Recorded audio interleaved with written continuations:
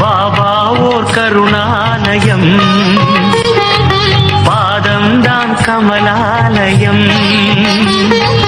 பாபா ஓர் கருணாலயம், பாதம்தான் கமலாலயம். அன்பு குழந்தையே, யாரும் இந்த உலகில் அனாதைகள் அல்ல. எல்லோருக்கும் எல்லாம் இருக்கிறது. உன்னை யார் கைவிட்ட போதிலும் இந்த சாயப்பா கைவிட மாட்டேன். தாய் என்பவர் 10 மாதம் சுமந்து உனக்கு உயிர் கொடுத்து உன்னை தன்னை காட்டிலும் அதிக அன்பும் அக்கறையும் கொடுத்து காத்து கருவறையில் உள்ள தெய்வம். தன் வலியை பெரிதுபடுத்தாது தன் பிள்ளையினை மட்டுமே யோசித்து தன் தாய்மையை காட்டி விலை மதிப்பு சொல்ல முடியாததை உனக்கு உணர்த்தி உன் உயிருக்கு உன் பிறப்புக்கு முதல் அர்த்தமாய் கடவுளின் அர்த்தங்களை தன் குருதி மூலம் உனக்கு சொல்பவர். அப்பா என்பவர் உயிர் கொடுத்து அன்னையின் பங்குக்கு மேலாக உன் வாழ்வுக்கு வழிகாட்டி அதற்கு உயிர் கொடுத்தவர். உன் எதிர்காலத்திற்கு ஒரு அர்த்தங்களை கொடுத்து உன் கையால் நீ தனித்துவம் பெற்று வாழ தன்னையே உருக்கி சிலையாய் உருவாக்கும் சிற்பியாய் ஒளியாய் அதை தாங்கும் எல்லாவுமாய் உன்னை அர்த்தமுள்ள முழு மனிதனாய் ஆக்குவது உன் அப்பா.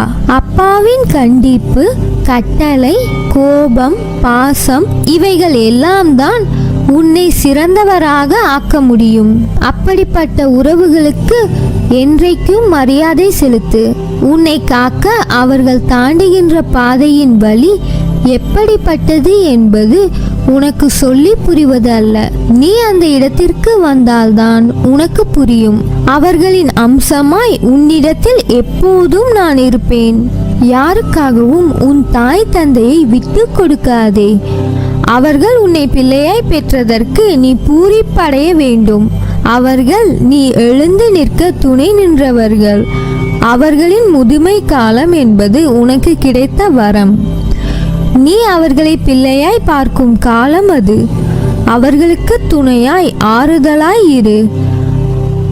அவர்கள் உன் தாய் தந்தையாய் தேர்ந்தெடுத்து உன் வாழ்க்கையில் வழிகாட்ட இந்த மண்ணுலகில் படைத்தேன். உன்னுடைய ஆன்மாவுக்கு தாய் தந்தையாய் இருந்து உன் சாய்தேவா அப்பாவாய் அம்மாவாய் இருந்து வழிகாட்டுவேன். உன்னுடைய இப்போதைய வாழ்க்கை மாசு நிறைந்து துன்பத்தில் கலங்கி இருக்கலாம். ஆனால் கலங்கியதற்கு காரணமில்லாமல் இல்லை. மாசுபட்ட தண்ணீரை கலக்கி வைத்தால்தான் அதற்கான சுத்தம் என்ன என்பது மேலோங்கி வரும். நீ இப்போது கொண்டுள்ள சூழ்நிலைகளும் அப்படித்தான். இப்போது உன் காலத்தையும் நேரத்தையும் மோசமானது என்று எடுத்துக்கொள்ளாதே. அனுபவம் என்ற முத்தை கடலுக்குள் சென்று எடுக்கும் காலம். சிப்பியை தேடிக்கொண்டிருக்கிறாய். நீ விரைவில் முத்துக்களை எடுப்பாய். உன் மனதை குளிர்விக்கும் ஒரு மகிழ்ச்சியான செய்தி விரைவில் உன்னை வந்து சேரும். இது என் சத்திய வாக்கு. உன்னை கரை சேர்க்க எண்ணி பார்க்க முடியாத காரியத்தையும் நிகழ்த்துவேன்.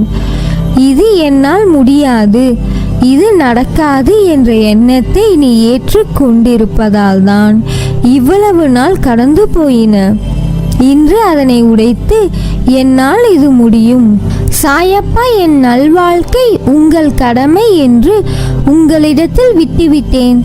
அதன் விளைவுகளை நீங்கள் பார்த்து கொள்ளுங்கள் என்று தீர்க்கமான எண்ணத்தை கொள்.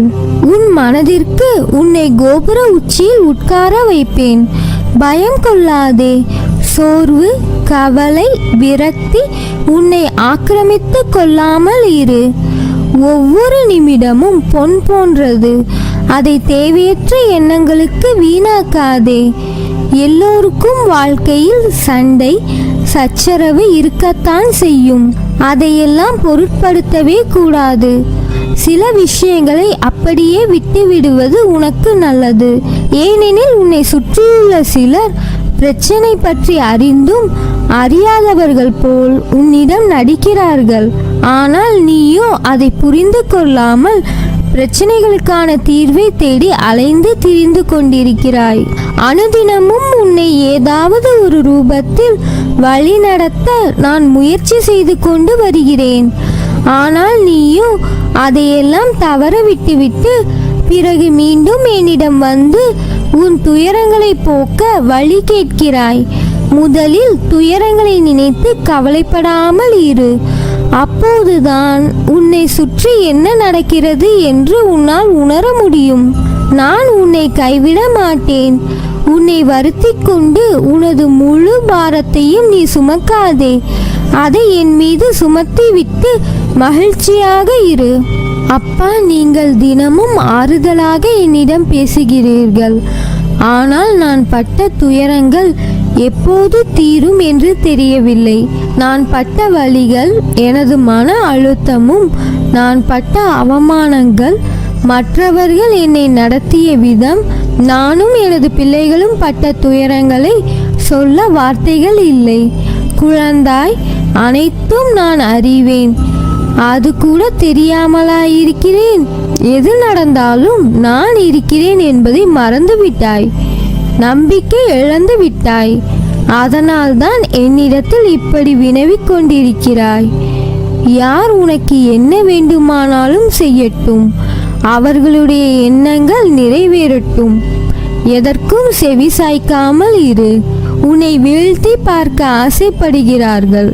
உன்னை அதிலிருந்து விடுவிக்கவில்லை என்றால் நீ என்னிடம் வினவிக் கொண்டும் வினாக்களை கேட்டுக்கொண்டும் இருக்க முடியாது. யாரை யார் வீழ்த்தி பார்க்க நினைப்பது? என் பிள்ளைகளை கண்டிக்க எனக்கு மட்டும்தான் உரிமை இருக்கிறது. உங்களை படைத்தவனும் காப்பவனும் நான்.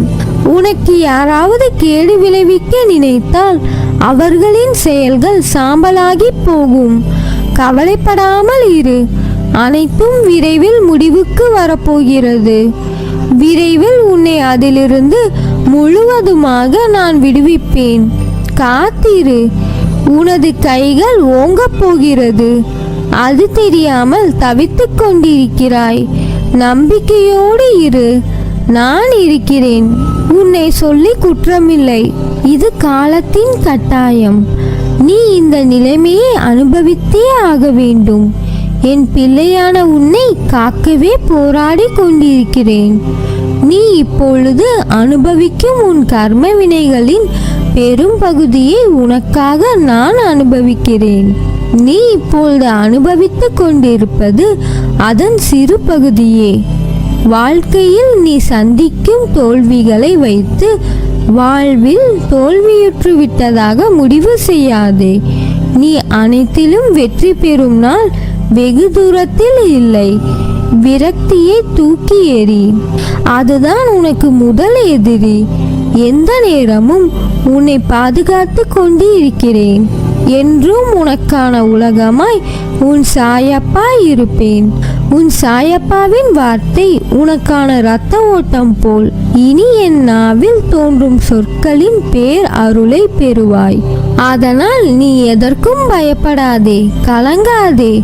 உன்னில் நிச்சயம் வெற்றி என்ற தீபத்தை நான் ஏற்றுவேன். நீ உன்னில் பார்க்கும் அனைத்துமாய் அகிலத்தின் ரூபமாய் உனக்கு நான் இருப்பேன்.